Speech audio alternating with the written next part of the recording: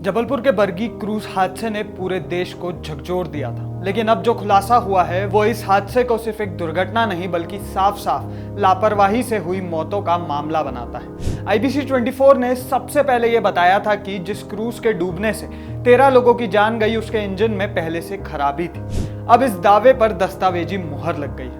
Bargi boat club के manager Sunil Maravi का वो पत्र सामने आया जो हादसे से करीब 2 महीने पहले पर्यटन विभाग के क्षेत्रीय प्रबंधक को लिखा गया था। इस पत्र में साफ चेतावनी दी गई थी कि क्रूज की हालत बेहद खराब है, इंजन बार बार जवाब दे रहा है और अगर इसे ऐसे ही चलाया गया तो कभी भी बड़ा हादसा हो सकता है। अब सवाल सीधा है, जब खतरे की घंटी पहले ही बज चुकी थी तो फिर 13 लोगों को मौत के मुंह में क्यों धकेला गया? पत्र में बताया गया कि यह क्रूज करीब 20 साल पुराना हो चुका है। बार बार रिपेयर के बावजूद इसकी तकनीकी खराबियां खत्म नहीं हो रही थी। इतना ही नहीं, 14 जनवरी 2025 को भी पर्यटकों से भरे इस क्रूज का इंजन बीच पानी में सीज हो गया था।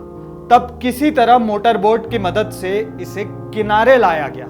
यानी यह पहले चेतावनी नहीं थी, सिर्फ खतरा पहले भी सामने आ चुका था। बोट मैनेजर ने अपने पत्र में यह भी लिखा कि जिस हैदराबाद की कंपनी से ये क्रूज खरीदा गया उसने भी साफ कह दिया था कि इंजन आउटडेटेड हो चुका है और इसे बदलना जरूरी है। इसके बावजूद कार्रवाई क्या हुई?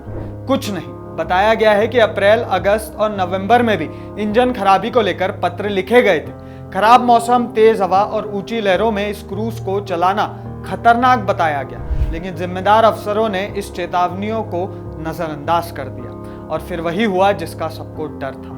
30 अप्रैल की शाम तेज हवा और खराब मौसम के बीच यही क्रूज बरगी बांध में डूब गया और 4 बच्चों समेत 13 लोगों की जान चली गई। लेकिन कहानी यही खत्म नहीं होती।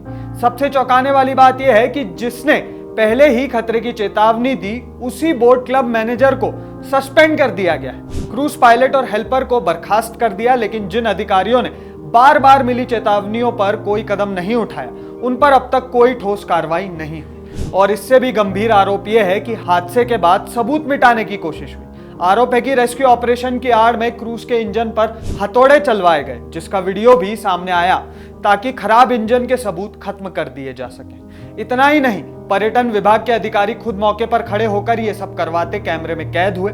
अब सवाल सिर्फ लापरवाही का नहीं बल्कि जवाबदेही का है। क्या 13 मौतों के लिए सिर्फ निचले कर्मचारियों को जिम्मेदार ठहराकर मामला बंद कर दिया जाएगा, या फिर उन अफसरों तक भी कार्रवाई पहुंचेगी जिन्होंने चेतावनी मिलने के बावजूद अपनी आंखें मूंद ली? अब निगाहें जस्टिस संजय द्विवेदी आयोग की जांच पर है, क्योंकि यह सिर्फ एक हादसे की जांच नहीं बल्कि सिस्टम की संवेदनहीनता का एक इम्तिहान बन चुका है। अब इस पूरे मामले पर आपकी क्या राय है? चेतावनी नहीं, हमें पहले भी ऐसे इंसिडेंट मिल चुके हैं जहां पर इंजन के कारण बीच में एक बार बोट रुक भी चुकी है, लेकिन उसके बावजूद यह हादसा हुआ।